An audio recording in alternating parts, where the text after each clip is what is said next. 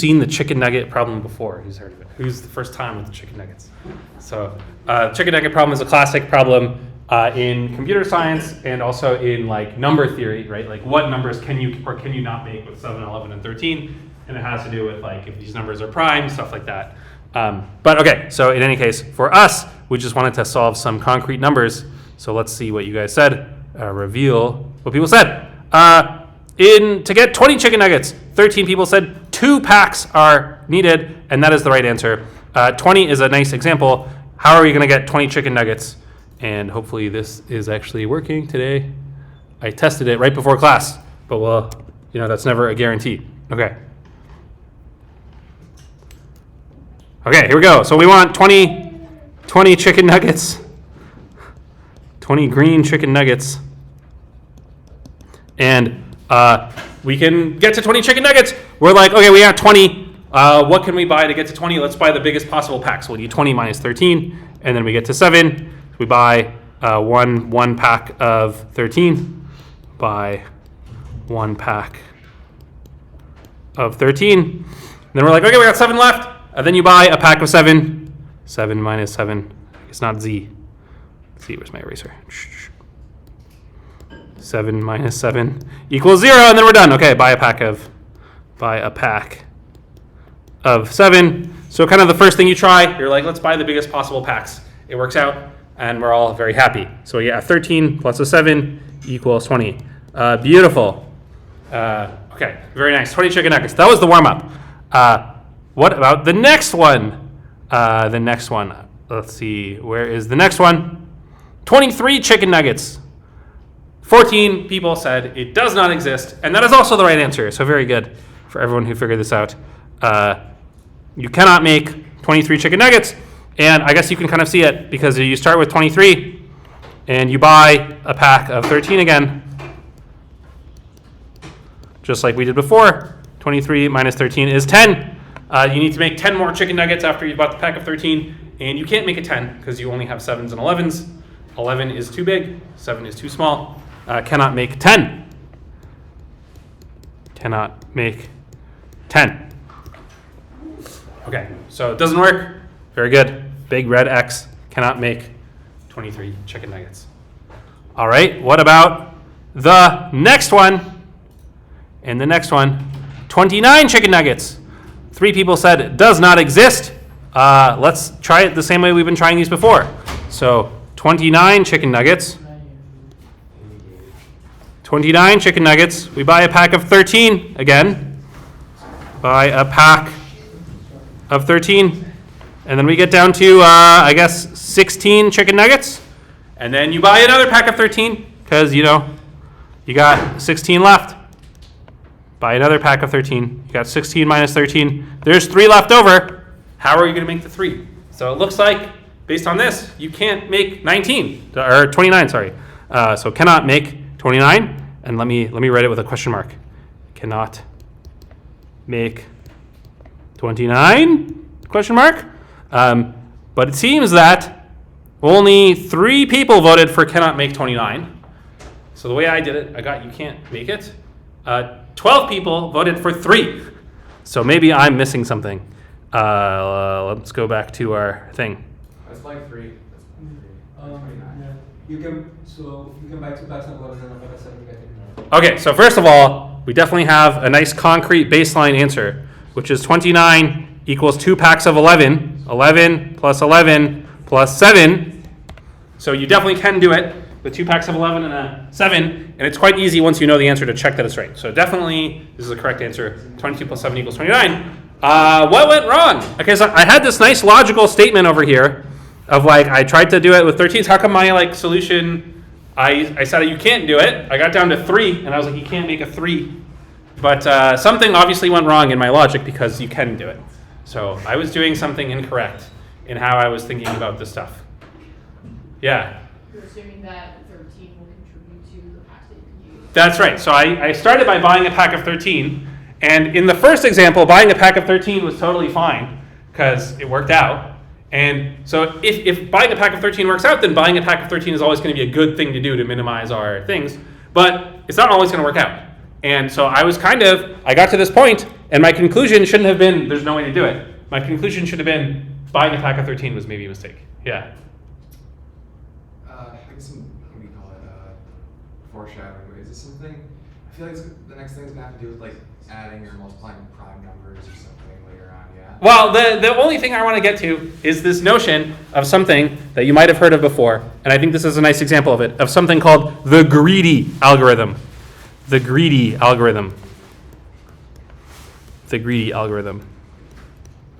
And the greedy algorithm can mean different things in different cases, but in the chicken nuggets problem, the greedy algorithm is a very simple thing, which is you always try to buy the largest pack of chicken nuggets that works. So in this case, it's buy the largest pack that works.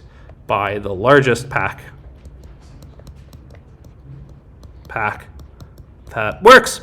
And what I was actually doing over here is I was actually doing the greedy algorithm. So the greedy algorithm worked over here. So the greedy algorithm, it happened to work here, the greedy algo. So it worked here. When I did this, I said, look, you can't do it. You buy a pack of 13, you get down to 10, you can't do 10. And then I said, therefore, you can't do it. You guys all nodded along, or at least you didn't protest out loud. But what I actually proved, I didn't prove that you couldn't do it. I proved you couldn't do it with the greedy algorithm, right? I tried running the greedy algorithm, and it said you can't do it. Does that mean there's no way to do it? Well, if you look at the last two examples, right, the greedy algorithm fails on both of these. The greedy algorithm does not work on both of these. But a better algorithm, is there a solution that does work on the last situation? So even though the greedy algorithm failed over here, there's no solution. The greedy algorithm failed over here, but there is a solution. And so the conclusion is the greedy algorithm does not always work for this chicken nugget problem. It turns out for some combinations of chicken nugget packs, the greedy algorithm does work. There's a famous set of chicken nugget packs where the greedy algorithm does work. So the lesson that you should take away from this little stuff about chicken nuggets is greedy algorithm does not work always. For 7, 11, 13. So if you have 7, 11, 13, you should not use the greedy algorithm. It will sometimes lead you wrong. You need an algorithm that backtracks and tries things. So if 13 doesn't work out, you can't just stop. You got to go back and try it with 11 or something, right? Like you got to do it a smarter way. You can also do it with dynamic programming of thinking of what combinations you can make and like building up. But you should not do the greedy algorithm for 7, 11, 13. It will not work. It does, however, work for other packs of chicken nuggets. It does work. If the chicken nugget packs are 1, 5, 10, 25, let's say 100, 200, then it does work. So the greedy algorithm does work if those are your chicken nugget packs. Instead of being chicken nugget packs, that could be cents, and then it's a nice property. So people set up their money systems like this. So if you're like working at a cash register and you're giving change, you can use the greedy algorithm, and you will always sort of get to the right amount of change. If you need to give out 87 cents of change, you can use the greedy algorithm. Oh, give out a 25, give out another 25 until 25s don't work anymore. Then give out any 10s, then give out 5s and 1s, and it'll work. And so that's the nice thing about your money system is if the greedy algorithm works. E.g. money systems. I think in Europe they have a 20-cent coin instead of a 25-cent coin, and that still works. So the greedy algorithm still works. Yeah. What's the condition that makes it work on the second set and on the third? I don't know. It's some complicated condition. I'm not going to go into detail about this chicken nugget problem. Yes, you can look it up. I think it's like an open. It's not like an easy. I remember seeing something recently. Yeah, there was a recent number file video where they were doing that. They had some like very complicated proof of like some chicken nugget thing, and I stopped watching after like 2 minutes because I was like, this is too much algebra. So. It's not easy. Like if someone gives you a pack of chicken nuggets and is like, can you do the greedy algorithm? I don't think it's like, or at least I don't know an easy answer. It's something to do with like the primes and like how big they are and stuff. But okay, great. Yeah, good question. Okay, so the whole point of all this stuff is I just wanted to bring up what is a greedy algorithm and kind of show you that in this situation, it's a nice algorithm. It doesn't always work. And in general, what is a greedy algorithm? It's called greedy because it kind of like does the best possible thing it can do now, and it hopes that in the long run it works out. And you saw that it doesn't always work out, right? So if you take the biggest path from 29, you get to the situation where you're stuck. Even if you had done something kind of like less ambitious to start with, by taking an 11 instead of a 13, you would have gotten to a solution. So that's why it's called greedy, and that's why greedy algorithms can get stuck. So I'm doing this for the benefit of explaining what is the greedy algorithm. And in our course, of course, it's got nothing to do with chicken nuggets, but there is a greedy algorithm, and in fact, there is something called a greedy policy. A greedy policy. The greedy policy. And the greedy policy, I'll say it's with respect to some value function. Some value function. Right? So here is one thing that we've been very cavalier with in the course, that actually in the textbook they're quite careful about. There is the value function v of s that comes up in every single class. That is the expected value of the total return given you start in state s. That is the value function. And then there is the thing in the computer that we call v of s, right? V equals array, ... array of states in our computer. And of course, we want v to be the value function that we're looking for. But as we're running the program, it's not exactly equal to the real thing, right? So the difference is this is like the real answer. This is the real answer. And this is our approximate answer. Approx answer. And the reason we're being a little kind of uncareful is we call them both v, and you have to not get confused. So we're looking for the real v, and we use v in the computer to mean like our best guess as to what v is. And the real best policy that we want is acting according to v, and actually more accurately, it's acting according to v and q. Let's write q as well. We can't write q and v enough times in this course. That's the expected value of the total return. The total return given s0 equals s and a0 equals a, and same thing with q, some array not just of states, but of states and actions. Sometimes we do this by writing out q of this action, q of that action. But the important thing is to not mix up the v and the q. Not mix up the real answers with the approximate answers. And so the Bellman equation tells us that the best possible policy we could do, the best possible policy,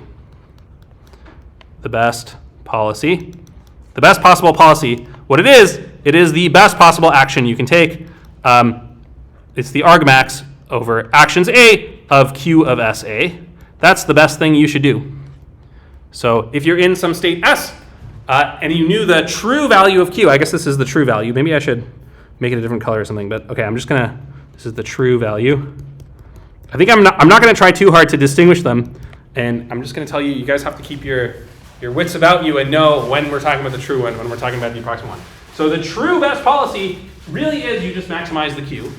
And that's because the Q kind of has everything baked into it, right? All the stuff that could possibly happen in the future is baked into that expected value starting from the state S0, and everything is fine. So for the true best policy is just taking the maximum of the Q value. And this kind of taking the maximum, this is what you could say is greedy with respect to Q. So greedy with respect to Q just means take the maximum of Q. So this is greedy. This is greedy. So this is taking this maximum. So it's saying like we're in state S, what should we do? Well, we look at the Q values, we take whichever Q value at this particular spot is the biggest. That is greedy, but it's good. It's okay for us because the true Q value takes into account everything that will happen into the future. And so the greedy thing is what we want to do. So the sentence way of describing what we did is that the true best policy is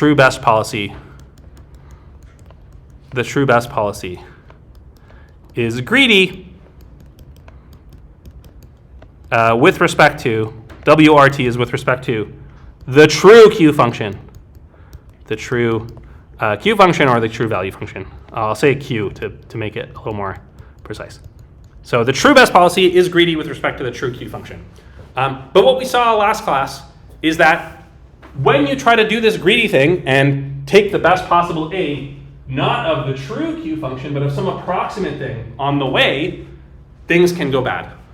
So the thing that this is a true statement. The other statement is that the greedy policy. Let's do this one in red. I guess this is like the bad news. The green thing is the good news, and the bad news is the greedy policy. The greedy policy with respect to an approximate Q. An approximate Q may suck. Okay. So, like, we want to take the maximum. If we knew the Q's exactly and we took the maximum, we would get the right answer. But if we only have the Q's approximately, this operation of taking the argmax is very sensitive, and we might get a horrible policy that really sucks a lot. And even worse than that is if pi sucks, we cannot learn Q. So in our Monte Carlo methods, we learn the Q over time by running lots of simulations. And the problem is, if we have a bad policy, it will impede us from learning Q. And specifically, this happens if pi is bad at exploring. Happens if pi is bad at exploring. So this is one of the key concepts in reinforcement learning that doesn't come up in other areas of machine learning, is this idea of being able to explore the space of things you are trying to learn about. If you just have a data set, there's no notion of exploring. You just take the data set, that's your data set, you just do what you can. But in reinforcement learning, because we are making choices and making actions, and the actions affect what we see, it is really crucial that we do something, take actions that explore around so we see things that happen. If we have a bad policy pi, our policy might never explore anything, and then we won't be able to learn anything. So this is why we need the notion of the word greedy. So greedy means taking the best possible. The greedy policy maximizes over some Q. And the problem is, if Q is approximately true, then the policy you get out of the greedy policy with respect to Q is not a good policy because it will not explore enough. So we need methods to try to force the policy pi to explore more to get around this problem. Last class, this manifested itself in our code. Let's see if I can open the code. Okay. So last class we did the policy evaluation. That was just fine with Monte Carlo. But then we were trying to do policy improvement, and we did this really simple line that, okay, you're learning in every episode. You try to learn a little bit through Monte Carlo. Let me make this a little bit bigger. There we go. So we're looping through running simulations of episodes. And if we try to improve the policy at any point by doing policy is where Q roll is bigger than Q state, this is the greedy policy with respect to the Q function that we found so far. This policy got us stuck right away. So if we put greater than, we were stuck one way. If we put greater than or equal to, we were stuck the other way. And we were stuck in this really silly situation where we were we were either never choosing to stay, which is a bad idea when you play zombie dice, or we were always never choosing to roll. Like, we couldn't get it to do a mixture of rolling and staying. It was stuck. And the reason it was stuck is exactly this issue that we're talking about today, is that we need to incentivize exploring. The greedy policy got stuck, and that's bad for business. Okay, so that's the problem. That's the word greedy. And today we're going to learn some possible ways that you can try to fix it. Any questions or comments so far about what the issue is that we're trying to do? Yeah? So this statement is for partially observable Markov? No, this is true even if it's fully observed. You may get stuck. Yes. This is a good question. Yeah, you can still get stuck. And yeah, so the problem is the greedy update is not going to do the right thing if Q is approximate. It's not that over time, like, it'll fix itself or something. You really can get stuck in a sort of a non-optimal thing, and you need to do something to get away from that, from being stuck. All right, great question. Anyone else? All right, so let's learn a couple different methods. And so at this point in the course, we're doing this like Monte Carlo stuff. Everything we did sort of before the break was like very classical math, like non-messy. Now things are messy. Like, if someone says, like, what do you do to solve this problem? There is no like one answer. Like, there's lots of different things. All of them are like, oh, maybe try this like a little bit like this, try this a little bit like that. You're not going to get a clean like algorithm that's Like you run this, and then at the end you have the answer. You're gonna run it, it's gonna get closer to the answer, better or worse, and it's kind of becomes a little bit of an art to see, to make it do what you wanna do. Yeah? If you're given a Markov chain, can you tell whether you're going to run into this problem or not? So if you're given the Markov chain, if you know the probabilities to move everywhere, then you can do all the stuff we did before the break, right? So we're playing in the world where you're not actually given the rules of the Markov chain itself, you're given samples, right? So it's like you like run samples of it and you see samples. And if you see samples, like you can't tell if you're gonna be stuck. I think basically this is like a very typical problem. So like you should assume you will get stuck and it won't work. You should be thinking about this explore issue, and you can sort of think about it on like many levels. Like you can be like, I'm going to do a very sophisticated exploring, or you can think I'm just going to like do this like little basic stuff to like make sure I don't get stuck in here. Yeah, we're going to see it as we go. Yeah, this is a great question. And yeah, you can't know for sure if this will happen, but you should assume it will happen, I think, is the safest thing. Okay, great. So let's see some solutions. So I wrote some of them down here. I think I put some screenshots from the textbook in Mathematize. Let's see if that works. So there's no question you have to do here. Here is a list of things that help. The first very simple thing is called optimistic initialization. So before the break, we had this step at the beginning of our code. We always initialize the Q functions and the value functions. And before the break, it really didn't matter how you initialize them. If you start them at 0, you start them at 1, you start them at whatever, over time, they get closer and closer to the true value in the Bellman equation. But now that we are using the Q function to determine the policy, it does matter. And one very simple thing you can always do is have what is called an optimistic initialization. So I'm going to start with this, the optimistic initialization. So this is like the easiest possible thing. It doesn't help a lot, but I mean, it's always a good thing to try. So this is like method one, and all of these are methods to help exploring. Method 1 to help exploring. It is called optimistic initialization. Optimistic evaluation. And it's very simple. When you initialize V and Q, when you initialize V and Q, choose large values. Okay, very simple. So don't start with 0. Start with the maximum possible value for V and Q. If you know of a maximum value, start with like the maximum possible value. If you don't know the maximum value, guess some number that is like really big and like likely to be larger than the actual things. So in our zombie dice game, the way I would do this is instead of starting out at all zeros, so I started out Q stay and Q roll at all zeros, what I should do is I should start it out at a big number. And why don't I start it out at all ones? And in this game, the score is the number of brains you get. So actually starting at 1 is still pretty low. So I should start it out maybe even higher. Let's start it out at 99. 99. Okay. And what do we have right now? Let's do it this. If it's equal, right now it will stay. Okay, let's just try it. Let's just run it. How many do I have running here? Okay. So before, remember, it was stuck. It wasn't doing anything. Now, what did it do? Now it's doing something. Obviously, it's not great. Like these are the values it has for Q roll, and the visits before it was all zeros, and now it's visiting these ones a bunch of times. It's visiting these ones exactly 1 time. So I've improved it a bit. It turns out the way we're doing this, if you do the optimistic evaluation or initialization, it helps a very tiny bit. We'll see later that there's something else we'll change that'll make the optimistic initialization even better. But look, we fixed it a little bit, and now it is at least trying some stuff. And one nice thing is I can look immediately at my code and I can see which ones it never tried, right? It never tried any of the ones that had 99. That was what I initialized it to. But it did try, some stuff. So it's good. We got some improvement. There's actually a really intuitive reason why this works. So why does this work?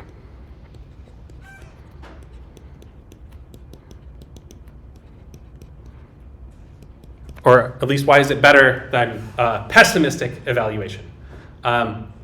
if you think about it, I think you'll figure it out. Let me make I'll tell a story, okay? Imagine we are trying to figure out what is the best restaurant to go to, okay? And there's two restaurants we can go to, okay? There's restaurant A and restaurant B. And let's divide the universe into two situations. The optimistic initialization, and let's do the pessimistic initialization over here. Pessimistic initialization. So in the pessimistic initialization, there's the two restaurants. I move to a new town, and there's these two restaurants. And in a pessimistic initialization, my opinion of the two restaurants is these are the worst restaurants ever. I'm so sad I'm in this town. There's only two restaurants, and I think they both suck. I haven't been to them or anything. I'm pretty sure these restaurants suck. Like, they're the worst restaurants ever. But I'm hungry, so I go to the first restaurant. I go to restaurant A, and I'm like, okay, actually, it was like pretty average restaurant. So on day one, I go, and it's like a pretty average restaurant. I go to A. So I update my beliefs. Originally, I was like, both suck. Originally, sorry to everybody who owns a restaurant in the audience. So originally, I think they both suck. And then I go to A, and I'm like, okay, now I think they're average. They're average, and this one sucks. Right? I never went to B, so like I don't know anything about it. So on day one, I go to restaurant A, and I'm like, okay, restaurant A is pretty average. Restaurant B, I've never been there, so I think it sucks, because like that's what I thought before. So what do I do on day two? On day two, well, my opinion of restaurant A is that it's average, and my opinion of restaurant B is that it sucks. So where am I going to go? I go to restaurant A. So I go back to restaurant A, slightly better experience this time. Maybe now it's like average plus. Restaurant B still sucks. On day three, where am I going to go? Well, I look at the two things. I got restaurant A, I think it sucks. Or restaurant A, average plus. Restaurant B still sucks. So on day two, I go to restaurant A again. Maybe it's like average minus, and so on. But the point is, I'm never ever going to visit restaurant B unless restaurant A happens to suck even more than I thought restaurant B did originally. There's a hand over here. I realize where you're getting to. Optimistic and initialization eventually tries both because it always goes for the best. That's right. Yeah. So that's exactly right. Yeah. So in contrast to this, it's not symmetric, right? You might think that it doesn't matter, like as long as they're equal to start with, it's the same. What I was originally going to say was pessimistic, the initialization changes the view into like a glass half full kind of guy, but with optimistic initialization starts really good, but then opinions kind of like glass half empty kind of guy. Right. Well, yeah. So the actual thing that matters is the sort of what you start out with compared to like what you see early on. So yeah, I guess it doesn't actually matter if you see it as a glass half full or a glass half empty. Yeah. It's just like which is bigger. Yeah. But yeah. So the point is that it's not symmetric. And in the optimistic initialization, you come into town and you originally think both restaurants are amazing. You're like, oh my god, I can't wait to try this restaurant. I can't wait to try that restaurant. Like, which one can I can't decide that. I'm so excited to go to both. And you're like, whatever, let's go to restaurant A the first day. And then you see that it's average. Well, now you think that restaurant A is average and restaurant B is amazing. And then on day two, you're like, well, now I'll try restaurant B. And now you've at least tried both restaurants both times. Maybe they both work out to average. That's the typical thing that happens. But you go from there. So the point is that the optimistic initialization, it says if you don't know, you should think it's really high. And then that way, when your computer program is like trying things out, it'll be like, hey, we haven't tried those things yet. We should try them. They could be really good. So this is why it encourages exploration. And we'll see like there's ways you can make this even more precise. We'll have some nice classes where we go into some nice stuff you can get out of this. But as a very first simple idea, that's one thing we can do. In our particular example, with our particular algorithm that we used, it turned out that the optimistic initialization, it only helped a tiny bit because what happened is we visited these states exactly once. We visited exactly once. Does anyone want to guess what happened in this zombie dice game? We visited some state once. So this is a state, let's do this one for example. So in this state, we have one shotgun. So we're the zombies, remember. We got shot once. And then we got 2 brains. So this is 0 brains, 1 brains, 2 brains. And then we decided to roll again. And we visited that state once, but never again. So we just tried it one time. We're at 1 shotgun. We got 2 brains. Let's roll again. Let's do it. And then after that point, even though we had 1,000 other games, we never tried to roll again from that situation again. Does anyone want to guess what happened? Yeah. You got 2 more shotguns, so you're have died, so you're never going to visit that state again. Yes, exactly right. So what happened is, for sure what happened is we got to the state, we decided let's try to roll again, and then later on we died. We got hit 3 times, and so we said, hey, the score for that state should be updated to be the average of all the things we've seen. We've seen it 1 time so far, and we got 0 points. So let's update the score for this thing, even though it started at 99. After 1 round of bad luck, we immediately update it back to 0, the average of all the things we've seen so far. And then we never tried again, because now we're back to the pessimistic initialization. Just like you go to a restaurant 1 time, like imagine you go to you have the 2 restaurants in town, and you start out like this, you think they're both amazing. You go to restaurant A, but you have 1 bad experience where you got 0 points, like they didn't bring you your food, I guess, or something. I guess that's pretty bad. If you go to a restaurant and they don't bring you the food, you probably actually shouldn't go back. But okay, whatever. Like you have a bad experience just by chance, and if you update like too much, and now you're back into this situation where like you think one of them sucks like way more than it actually does, and you never try it again. So that's what happened over here. We'll see ways to fix this, hopefully by the end of the class. But that is what happened.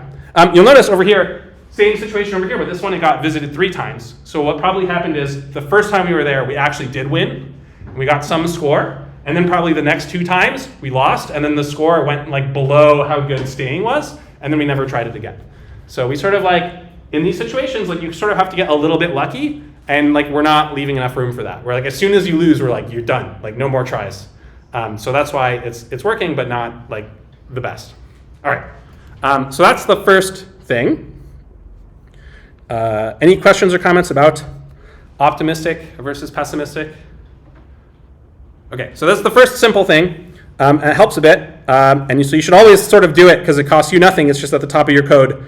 Put in 99 instead of 0. It always helps a little bit. What is the second thing? Let's see what the list is. The second thing. Okay, the second thing is called random starts. And so what you do is instead of starting the game always from the initial state, you sort of force exploration by starting the game in different squares. So this would be like if we were trying to learn about snakes and ladders, instead of always starting at the beginning, we would say like, what happens if you start on square 10? What happens if you start on square 20? And so I copied and pasted from the textbook to show you what this looks like. So first of all, this is the algorithm from the textbook that we did last class. This was the one that worked with no problems. This was Monte Carlo prediction policy evaluation. So you start with a policy pi to evaluate, and this is what it looks like in the textbook. And you have the value function v, which you start out arbitrarily, and this is like generating the episodes. And in the textbook, they wrote it out with this notation, S0, A0, R1, S1, A1, R2 that we have. And then they say, you go through them all, and you make v the average of all the things that you saw that went through the state ST. There's 2 things that make this look more complicated than what we did in class. In the example I did in class, there was only a reward at the end, so all these rewards were 0. And so the total return is just the final reward, so you don't need to worry about updating the total return, but this is the kind of classical thing we were doing with the total return, discounted by gamma, that kind of stuff. And the other thing they were doing is they're like, if you visit a state more than once, then only update it 1 time. In our game, you can't visit a state more than once because you're always like increasing the number of zombies or the number of shotguns or brains you have, and so you can't visit a state more than once, so that didn't apply to us either. So we had a sort of simple version of that. Here is the same code, but trying to do the improvements. So in the book, they call this control. We call it policy improvement, and it is with exploring starts. So let's see what's different in this code, or in this pseudocode. So first of all, again, it's the Q function, Q of SA, and the policy pi is used, and that's the thing that we're going to update, the policy pi. So pi of S is what you do in state S. And here is the really important line. It is this one over here, which is you choose an S0 from the state space and an A0 from the possible actions, and it's randomly such that all pairs have probability greater than 0.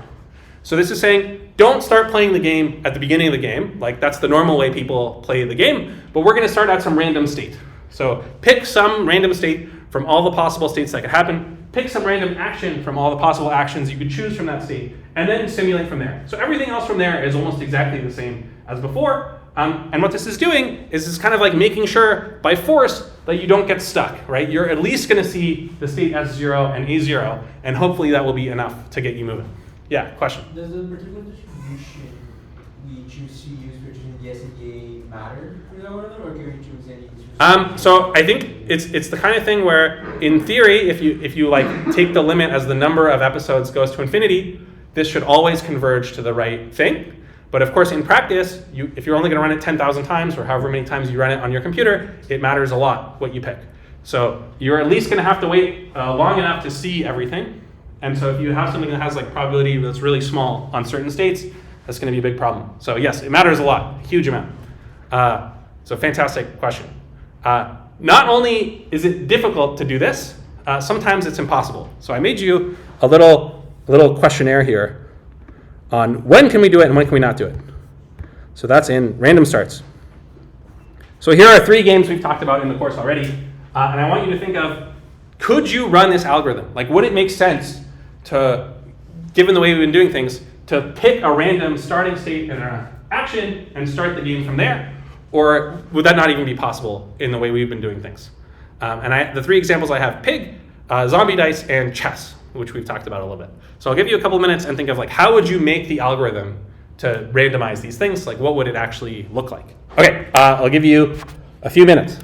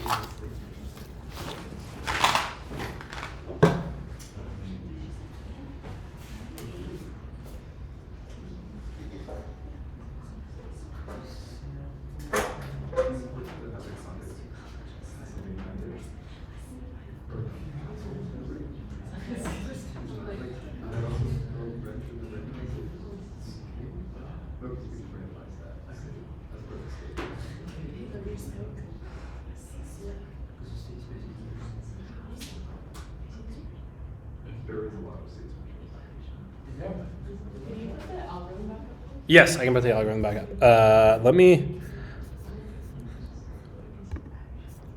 I'm going to get it from the PDF here, just because I think if I put it back on Mathematize, then.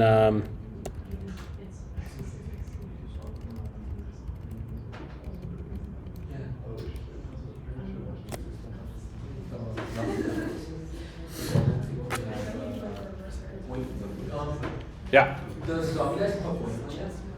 Oh, no. It says in the rules if you run out of dice, you like put them back in and keep rolling. So in real life, it doesn't have a point limit. In our computer implementation, we always do the maximum thing. So, yeah. Yes, that implementation. Yeah. So you don't worry about infinities. Yeah. Of course, you can't do anything. You can't learn any game that has an infinity on a finite computer, right? So, technically speaking. Okay.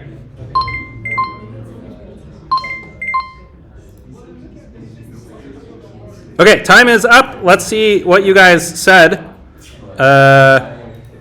Okay. Let's see, I got 12, 13, okay, 14. Great. Pig. Okay, pig. 10 people said yes. 4 people said no. I think the correct answer is yes. Pig is, you can absolutely do it. And remember, in pig, the reason it works, if you're you can just say like, my score is 7. How would you have gotten to a score of 7? Like, you would have added up some numbers, you would have rolled the dice in a certain way. Like, we know exactly like how you got there, and like we know everything. And that kind of goes with the fact that we know all the rules in pig. So in pig, that's no problem. And this is a great, like, you could imagine some sort of like, you know, you want to learn some variant of pig, or like maybe you're playing against somebody who plays a certain way and has superstitions. So you can still learn about Monte Carlo stuff, and you can like replace your state with anything you want. Okay, very nice. So that's pig. Okay, what about zombie dice? Zombie dice. Got 9 people in yes, 5 people in no. So this is what the kind of problem we would have to solve to do this for zombie dice. Let me put on the doc cam here. I don't know, what does it do when it does that? Okay, well, okay, we got the thing. So in zombie dice, you'd say something like, let's pretend that we have 3 brains and 1 shot, right? And like one thing you could do is you could write down like 3 brains in one shot. You do like 3 times brain and 1 times shot. But if you have 3 brains in one shot, like which ones are they, right? So like as you're playing the game, we had the colors of these things and those matter in real life, but we deleted them when we went to 3 brains in one shot. And so if you're like, I have 3 brains in one shot, like which 3 brains? Like do you have these 3 brains? Like are we starting from these 3 brains in this shot? And like what dice are we currently having, right? Because remember when they have feet, you re-roll them. So like, do I have reds? Do I have yellows? Like what? Like which state are we gonna pick? Maybe like, or do I only have 1 and like these ones came out? So knowing 3 brains in one shot, like where do you actually start the actual dice is an unknown thing the way we've been doing. It's true if you knew everything about the game, like if you knew all the dice and like all the colors, then you could pick a random state and the random state would say, not 3 brains in one shot, it would say like a green brain, a red brain, a green brain, and these many feet and so on. So you could make it, again, much more complicated. But the way we've been doing it, the answer is definitely, for this one, no. Let me see, I want to hide the chess answer while I do this. How do I do that? I zoom in like a crazy person, okay. And then I reveal yes and no. So yes, for zombie dice, the answer is no. And the reason is you don't know how to arrange it this way. Just knowing 3 brains in one shot, you don't know what it is. And like how you get to 3 brains in one shot was definitely related to the colors, right? Because like the greens are easier and so on. So if you just have these like Monte Carlo samples, sometimes you can't just start in the middle. What you could do is you could play the game and then you could like wait until this happens, right? Like you could like, I'm gonna play the game until I get 3 brains in one shot, but that might take a really long time. That might take like 100 samples or something. So in some things, depending on how you have access to the simulation, even if the rules are simple, you can't just start in the middle. Like that's not what you have. You have trajectories that start at the beginning. If that's what you have to start at the beginning. So you can't just do this. So the answer is no. Questions or comments about the zombie dice? Okay, so the exciting one is the chess. Let's see what you guys said for chess. So let's go back to hiding the answers. And then for chess, what do we got? 10 no's and 4 yeses. Oh, I'm still on the doc game. Okay, great. It's fantastic. Very good. You know, last term I was co-teaching a class with Professor Gary Humphrey, and he would do that a lot. And I was like, oh, Professor Humphrey, so adorable. I don't know. No, I'm kidding. Okay. Yes. Okay. Right. Yes. You guys think it's cute. Okay. Good. Chess. 10 no's and 4 yeses. I put yes and no. So I think it says no here, but I tried to make them both. Yeah. Here we go. Yes and no. So I think the answer could be yes. I think the answer could be no. It depends on how you think about it. Does anyone want to say like how they thought about it? I guess most people picked no, but yeah. The reason I picked no is because if you start at a random space in chess, Yeah. you don't know if that position is actually reachable in a real game or not. So then, if you start learning from that point, it wouldn't really matter because that position is not reachable. Yes, that's exactly. So that's, I think, the totally valid answer. Why the answer is no. Like one way you could think of is like, I'm going to randomize the pieces. I'll just like reach into a bag of chess pieces and throw them on the board. But maybe you'll end up with like 2 bishops that are on the same color, or like 2 queens or something, or like whatever, like positions that don't make sense in real life. Pawns on like the first square. Even if you say like, let's take all the obvious things that you can't do in chess, and like if that happens, we'll like redo it. Maybe there's a non-obvious thing that you don't know about that like is actually impossible, but like you don't know, and like you have that. But even taking that aside of like whether it's technically possible or not, if you come up with some wacky position that's got nothing to do with how real life people play chess, you're wasting all this time on positions that don't actually help you get better at playing real life chess. So even if like technically you could randomize it, like the answer you could say no, because like there's no reason you should get anything close to a real life game. And so chess is like such a huge, like enormously astronomically big state space that the fraction of chess games that are like actually like human relevant is some like tiny fraction of all the ways you can arrange pieces on a board. And so that's why I think you could reasonably say the answer is no. Of course, you can say the answer is technically yes, because you can just like pull them out of a bag and like put them on the board and like learn from there, and like you're technically doing what it said. But it's not helpful, and at the very least, it's going to extremely slow you down, right? If only 1% of possible chess positions are helpful, in real life, I think it's like 0.0001%. Then you're wasting 100x your resources like learning about positions that never come up. So you can't also do it if the state space is too big. So I guess most people said no. If you said yes, like you're sort of also technically correct. But yeah, in practice the answer is no. Very good. Okay. So yeah, that's random starts. We're not going to do it for zombie dice because the way we have it implemented, you cannot do it. But the code is rather simple. So if you ever are in a situation where you can do it, you can sort of modify what we did before, and you just say, instead of starting from 0, 0, start from a random spot. So I guess in the code that we are currently doing,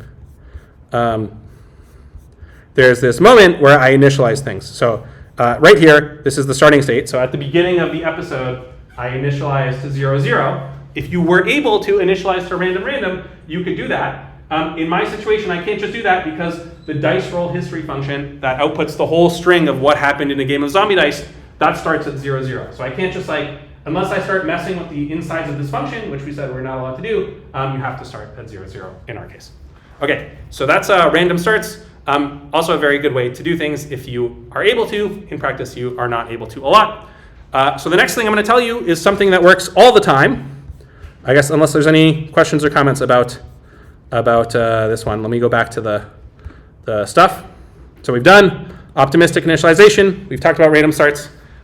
Next up, we're going to add exploration to our policy. Any questions about the first two so far? I have a question. Yeah. For pick and zombie dice. Yeah.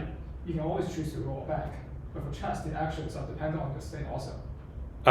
True. Yeah. So I guess that actually is fine for. Let's go back to the algorithm.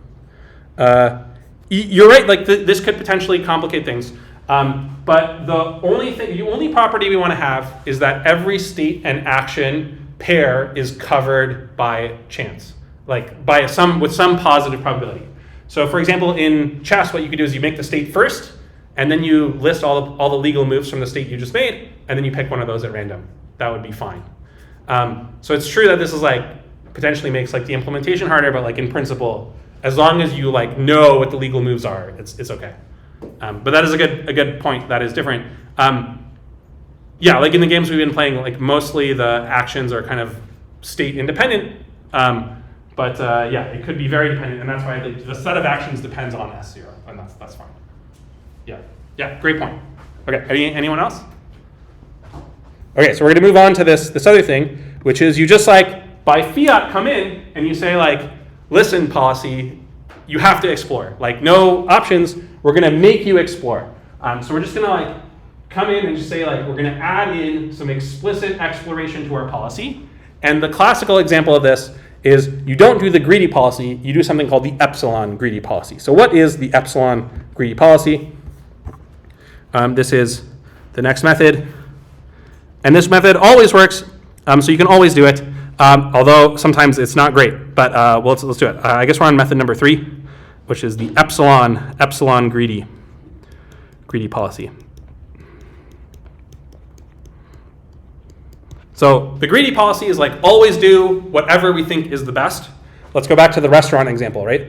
The greedy policy says whichever restaurant we think is better, always go to that restaurant. So if you think restaurant B sucks, even though we've never been there, we just think it sucks, and we think restaurant A is average, always go to restaurant A. That's the greedy policy.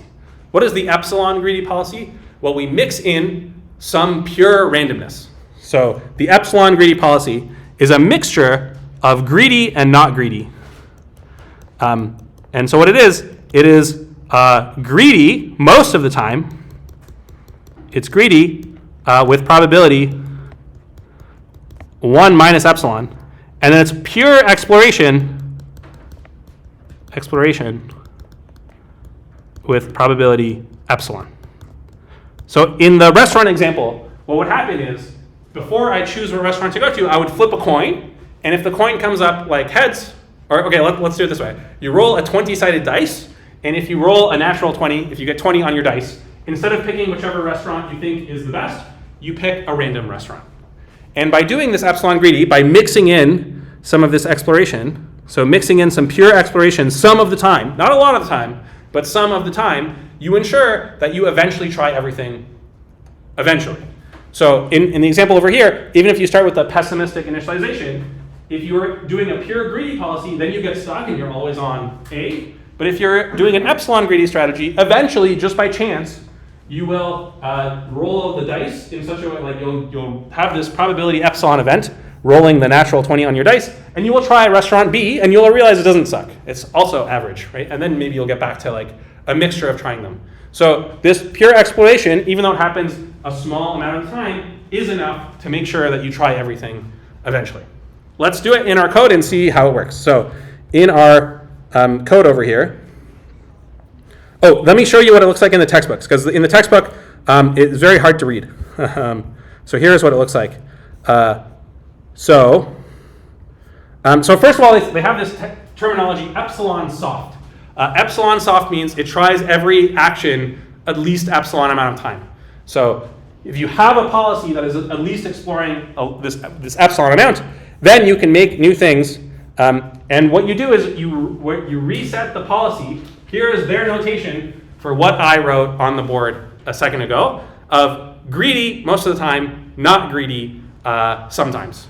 But it's written in a very confusing way. So they're saying the probability of choosing action A, it's 1 minus epsilon plus some stuff if A is the best possible action. And it's epsilon divided by some stuff if A is not the best possible action. Well, what's going on here? Well, they're saying you have epsilon probability to spread out amongst this many different actions. And so each action gets epsilon divided by the number of actions. And the best possible action can also be chosen by chance, right? So when I say explore randomly, over here, when I said explore randomly, pure exploration, there's a chance you're going to go to restaurant A anyways, right? You roll the 20-sided dice, there's still a 50% chance you go to restaurant A on the explore day, because the explore day is like explore everybody equally. And so that's like the mathematically technical way to write it is like this. In the code, let me show you what it looks like as we write it. So what I'm going to do, which one is this? I don't know. Okay, we can just write it in here. So here's the policy. What I'm going to do is I'm going to make a little function here called epsilon greedy policy. Epsilon greedy. Okay, and I think I wrote this later on in the code, so probably it's telling me exactly what I wrote later. Epsilon greedy, and yeah, I want it to be of the policy action, and epsilon. Okay, and so what is this going to do? This code is going to input what we would have done, but it's going to take an epsilon. It's going to make an epsilon chance of exploring purely at random. And so how do you make an epsilon chance? So first we're going to make an epsilon chance event. And how would I do that? I'm going to do if np.random.random is less than epsilon. So np.random.random is a random number between 0 and 1. The chance that it's less than epsilon is epsilon. Okay. Yeah, and look, here's a nice comment. Okay, so if that happens, then we should explore purely. So pure exploration here. And then otherwise, then we just do what we would have done anyway. So then we return the policy action. So this is saying, if you would have done this action, well, don't always do that. Sometimes explore. So all we got to do is add in what to do in this situation. And what we do is pure random. So return a random number between 0 and 1, np.random.radiant. So that's the epsilon greedy command. And then over here, so the policy is still going to improve itself over time. But when I go to actually do an action, instead of the action being always do what the policy says, the action will be the epsilon greedy. And then I put in some value of epsilon. Okay, and if the computer is smart, it will yell at me that I haven't told it what epsilon is. Yeah, okay, great. So this is very, very easy to write. This is why everybody does this one. Very simple, very easy to implement. But now is the hard part. What should we make epsilon? So it's going to be some small number. It's like how often we try restaurants we think are bad. How often should you try a random restaurant? 1 out of 20 times you go out for dinner? 1 out of 10 times? Never. Well, I mean, it can't be never. Okay, so how often should we try a bad restaurant? I don't know. People yell stuff out, and then we'll have a little vote. 1 over E. 1 over E? That's too complicated. All right, I'll give you 1 over 2.7. All right, so this is option A. Anyone have any other ideas? Generate a random. No, don't do that. This is If you get too much randomness, then the human trying to understand it, their head explodes. This is bad. So no, you don't generate it randomly. Has to be. So this is how often we're trying bad restaurants. Could we generate epsilon randomly each time we go through the loop? You could, but then like your code is just like insane. Like you don't know what it's doing. Also, if you generate, I think it's something like the effective epsilon will only be the mean of what you're doing. Okay, I'm not going to have this discussion. Okay, okay, let's put 1 over 10. So, okay, well, let's do 1 over 3 and 1 over 10. So, should you go to a random restaurant, not your favorite restaurant, but a random restaurant, 1 out of 3 times, or should you go 1 out of 10 times? I'll let you guys vote. Who thinks we should go 1 out of 3 times? All right, 3 people. Who thinks we should go 1 out of 10 times? All right, that's also very reasonable. Let's try it. Epsilon equals 0.1. So if I make epsilon 0.1, if I spelled everything right, then this should work. And what it's going to do is it should try random stuff 10% of the time. So when we're running 1,000 runs right now. So 100 of them on average will be chosen purely at random. Let's see what this does and if it works. Okay, so here we go. Pretty good. So the Q stay is learning pretty good. That if you stay, you get the number of brains you had. Remember, we didn't explicitly program that into our thing, right? And look, there's some that it hasn't tried yet. It has never been in a situation where it had 8 brains and 2 shotguns. But okay, that's great. And the Q roll also looking pretty good. There's some where it still thinks it's 0, right? And in these situations, if it ever gets to the situation, it won't try again, right? Like it'll try to always stay because it thinks the score is 0, unless there's the 10% chance of epsilon of exploring. So it's working pretty good. And it thinks the optimal value is 1.95. If we go down here, we can see what it thinks the optimal policy is. So it thinks you should roll again if you have 0 brains, or if you have, if you have 0 brains, you always roll again. If you have 1 brain, you roll again unless you already have 2 shotguns. So it's like a pretty reasonable strategy. Let's run it even longer, and let me also make this a little easier to read by doing a 1.0. Oh boy. So let's convert those true falses to 1s and 0s, and let's run it 10,000 times. 10,000 times. That will help a lot. Okay. And it takes like 20 seconds to run, as you can see by the nice little countdown bar. Good time for questions or comments, if anybody has one. Yeah? Did you add a time dependence to epsilon? Yes, this is a great thing I was going to talk about next. So the epsilon that we picked over here, we picked some constant, which is saying every single day you should always pick a 10% chance of picking restaurants you don't want. But of course, you should pick restaurants you don't know more when you're new in town than when you've lived in the town for a long time. So actually a smarter thing to do would be make it depend on the episode. So on the episode number. So I called this thing episode. So you could make it a function of the episode. So for example, divided by, a very common thing is the square root of the episode. There's some technical reason why the dividing by the square root is nice. Another really common thing that I like to do that is a little bit less sophisticated but easier to interpret is like, you just like have schedules. So on the first half, try lots of stuff. On the second half, only explore a little bit. And this sort of ensures that you've tried a lot of stuff. So maybe like 25% for the first half and 5% for the second half. And the thing is, like, when you're doing this epsilon greedy thing, you're never going to find the actual best policy because your policy has this like stupid like pick something random half the time. Like imagine you were playing a game against a chess player who 5% of the time makes a move at random. Like this clearly he's not going to be the world champion. Okay, like you cannot just like make up a move some of the time. So you want the epsilon to get down to like a very low number, and like when you run the thing, like you actually want to like make it as good as possible. You're going to make epsilon 0, but as you're learning, you got to do some kind of schedule to figure out how often you explore things. Okay, we tried it with 10,000, and now it's looking quite good actually. Okay, so it thinks the value is 2.0. It's still got some like wonky stuff here. Like you can kind of tell it hasn't fully explored this because they're not like close to each other. Like it thinks this one is 3.2. This one has even more, like this situation is better than that situation. You have more brains, but it thinks this one's a 3.2 and that one's a 1.8. So it's just like it hasn't fully explored, and like for sure 1.8 is less than the state thing, so it thinks this is really bad even though it's not. It thinks this one's a 0. Like it's a little confused, but fortunately like those don't happen that often, so it's pretty fine. And the policy like kind of makes sense. So the policy is quite good.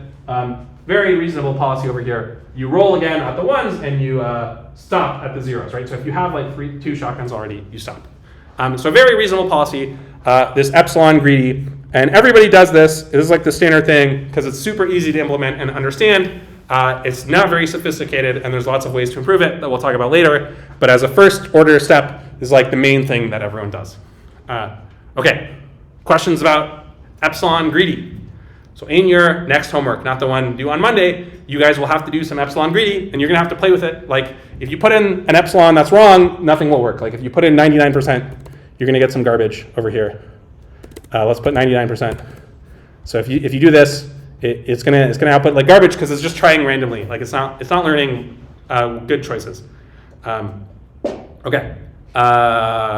Okay, we'll wait 5 seconds for it to stop, and we'll see what does it output when you do this. Okay, what did it do? So in this situation, the value it's getting is only 1.38 brains on average. Before it was getting like 2 brains on average from the beginning. So you can tell it's quite bad. And let's look at the policy it came up with. Actually, pretty reasonable looking policy. It's just, I guess it doesn't. It's not very aggressive. It like chooses to stop a lot, unless randomly. If you have 7 brains, like you're lucky. Then roll again. Okay. So you have to tune the epsilons, which is tricky. We'll see. There's like some smarter ways you can do it later in the course. Okay, there's one other thing on the menu, which is called off-policy learning. So off-policy learning. And in off-policy learning, what you do is you learn about one policy, which is like the policy that you are trying to improve, but you learn while watching a different policy. And that's why it's called off-policy learning.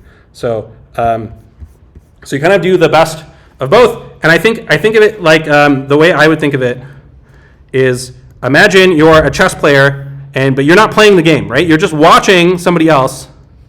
You're watching somebody else play chess. So there's somebody else who's not you, who's like maybe smarter than you, who's playing chess, and you're just watching the game, and you're like imagining what you would do in any given situation, and you can kind of like learn from this. Like by watching somebody else play, you're like, oh, I would move the knight like this. And then they make some other move, and you're like, oh, wait, yeah, that's much better than my idea, right? Like, so just by watching somebody else do something, you can learn from that situation. And that's off-policy learning. So the policy that actually happens is different. This is the observed policy. The observed policy. And the observed policy should explore lots. This is explore. Versus the learned policy. The learned policy is what you're actually like doing in your head and is different than the explore policy. And the beautiful thing is the learned policy, because it's not driving the bus, it can be like stuck, right? You can always do greedy updates and you'll never have a problem with getting stuck because the observed policy is the thing you're doing. So this is can be greedy. Oh boy. Okay. So that's the idea. It turns out this kind of stuff is super important if you're making like hyper-optimized machine learning systems, because then you can like download a bunch of data and just like put it in your computer, and it's a lot faster. So you can get these like huge data sets of like what happened in a bunch of people's chess games, and if you can learn from watching other people's chess games, it's a lot more efficient than having to play out your own chess game.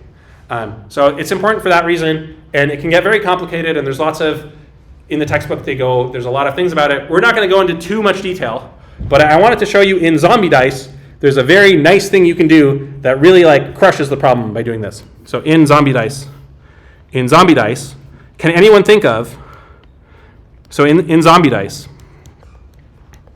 there's a very nice way to do this. So we're going to have our policy, we're going to be this person over here doing this. Can anyone think of what shows the Zombie Dice, we're going to have this queue, just like we had before. That's going to be exactly what we did before. But what will be different? What should the observed policy be? The observed policy. Can anyone think of, could we arrange Zombie Dice in a way that we are just like watching something happen and we're learning from that in a way that eliminates our need to explore? Yeah. This is always roll. That's right. The always roll again policy. So the observed policy is always roll. The always roll policy. So in a game like Zombie Dice, what you can do is you can have some idiot always roll, which we know is a bad policy. Always rolling is a stupid policy, but always rolling is very good for exploring. So we're gonna have somebody come here and like always be rolling and playing the Zombie Dice by always rolling again, and we are gonna just watch them and imagine what would we do in this situation.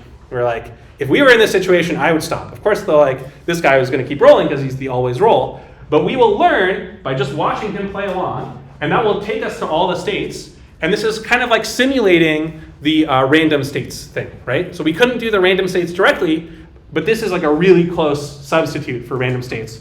Have somebody play in a way that visits as many states as you can, and just watch them and do it. So what does this look like in the code? In the code. Okay, and this one I have pre-written. So here's simple off policy. So never stop rolling, but imagine what would have happened if you chose to stop. So the policy we're following is the always roll policy, but we're learning the usual way. Okay, and how does it work? So everything starts out the same. I guess I should put in the optimistic initializations. Again, if you solve the problem one way, you don't need to solve the other way. So, but this will be a nice way to see what we've visited and not visited. Okay, so everything's the same. I'm doing the greedy policy, right? So I'm really acting greedily with respect to Q, and that's going to be okay because the actions I actually see won't depend on the policy. Okay, so here is what we do. So I take the actual action. There's no epsilon greedy. I actually take the action, and if it's roll again, then everything's the same. So if I roll again, I just I add on the brains and the shotguns. I move to the next state. If we die, we die. So nothing has changed here. The only thing that's going to be different is if we chose to stop. So if we chose to stop, then we're gonna like make a mental note. We're in the situation we chose to stop. Let's write down what would have happened, but then let's keep watching as if we were rolling again. So that's what's going to happen here. So we chose to stop, and then this is all the code that gets executed when you choose to stop. So this is like a copy paste from the end of the thing. We get the reward. We visited the state, we update the queue function, we update the visits, we update the other queue function, we update the other visits. So we update everything. This is all the code that normally runs when the episode ends. And it's like, we're like mentally, we're like, I would have chose to stop here. So I'm gonna just like close my eyes, pretend that the game stopped, and I'm gonna write everything down and update my queue functions. But then we keep going and we're like, just restart. So like I restart everything. So I restart the episode by reinitializing the visits to 0.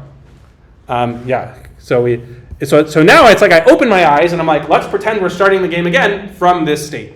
So I restart the episode from 0. I say like, oh, we're simulating rolling again anyways.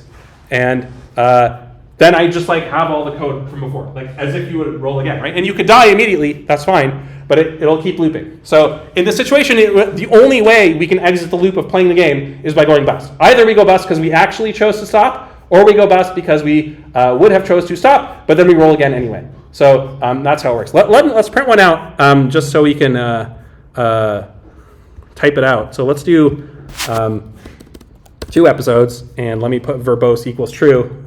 I don't think I tested this, so hopefully this works. Okay. All right, yeah. So episode 0, here we go. So we started with 0 brains and 0 shotguns. And remember, the policy we're doing had this problem. It was always choosing to stop. So in this situation, it's before we've even rolled the first round of zombie dice. And the policy says, stop, you got to stop here. We know that's a terrible idea, but this is, like that's what the policy says, right? Because the policy is like, I'm comparing the number 99 to the number 99, and 99 is better than 99, so I choose to stop. But then we simulate what would have happened if we tried to roll, and that leads us to the state 0, 1. And here we also chose to stop. So like this policy that we started with is a bad policy, but because we're following the always roll again strategy, it's at least learning something. If we weren't doing that, we would have stopped right away and learned nothing, and we would have gotten stuck. But because we're like, just follow along anyway, we've learned something. And we've learned about these 3 states, right? We learned this state is a 0, this state is a 0, this state is a 1, right? If you actually stop here, you would have gotten 1. These ones you would have gotten 0. And then, now when we get to episode 2, the next episode, I guess we're still choosing to stop. Okay, so it's not great. Do we ever roll again? Okay, let me do it more times. Let's do 5. So after a few of these, we should eventually explore enough that we start doing non-silly things. Chose to stop. Chose to reroll. Yeah. Okay. So now we've at least learned we should reroll. And if you run this, I think you only have to run like 1,000 before it learns everything quite well. So this one is by far the most efficient of all the options, but it happens to work in this zombie dice game quite nicely in a way that like other games you couldn't do. So let's do 1,000, which runs in a couple seconds. And I think, well, yeah, here we go. So in this policy, it learned all the Q states up to 9. It learned all those. It learned all the Q rolls, and it learns that the true value is 2.2. And it all makes sense, like it's all sort of increasing or roughly increasing. And it's visited all the states a bunch of times, and it comes up with this final policy, which makes perfect sense. The higher you are, I guess there's one little mistake here. The higher you are, the more you should stop, and things like that. So this can be extremely powerful, but it is hard to engineer on a case-by-case basis. So for Zombie Dice, it worked out nicely. For other games, it might be more difficult. Okay, questions or comments about off-policy learning? Yeah. So how do you update the policy for the observed policy? Yes, so it's the same rule as before. So I'm updating the queues. So the queues happen I'm imagining what would have happened if I followed the policy, and then I'm updating the queues according to that. So if I'm looking at a situation and I'm like, I would have stopped in this situation, then I pretend I would have gotten a reward of 3 brains, and I update my queue function as if I got a reward of 3 and I stopped. And then we just move to the next state and I restart everything. And then at the end I update my policy just the greedy way. So the policy update is just the greedy policy update, literally following whatever I think is the best possible queue at any moment. Is what is the policy I'm thinking of. And this policy will do lots of stupid things and get stuck, but then it'll get unstuck because we'll visit states and learn more as we go. So this policy is kind of a dumb policy in that it gets stuck, but because we're actually following the roll again policy, we will eventually visit all the states, and eventually we'll be set straight by over time seeing enough stuff happen. Yeah, that's a good question. Yeah. Is there any intuition behind when to use this versus Epsilon Greedy, or do you kind of just have to test it out and see? I think you just have to test it out and see, or think about in this situation what it is. The Epsilon Greedy is nice because it always works. So if you go on the internet, you'll see everybody does Epsilon Greedy for everything. It's the default thing, and then people just set the epsilons down to 0. But for some board games and stuff like this, the off policy can be really good. Or like I said, sometimes you have access. You're let's learn chess from a database of chess games. Then you want to do off policy learning, and not think of the games yourself. Just kind of find a way to learn from the experts. Yeah. Okay. All right. I think we're gonna stop there. Next week we will start doing the other branch of the course, which is learning with parameters. So far we did Monte Carlo. Then we're gonna do parameters, and that's gonna combine the Monte Carlo with kind of more sophisticated machine learning things, and then we'll really get cooking with some cool examples. Okay. See you guys next week. Don't forget to do your homework.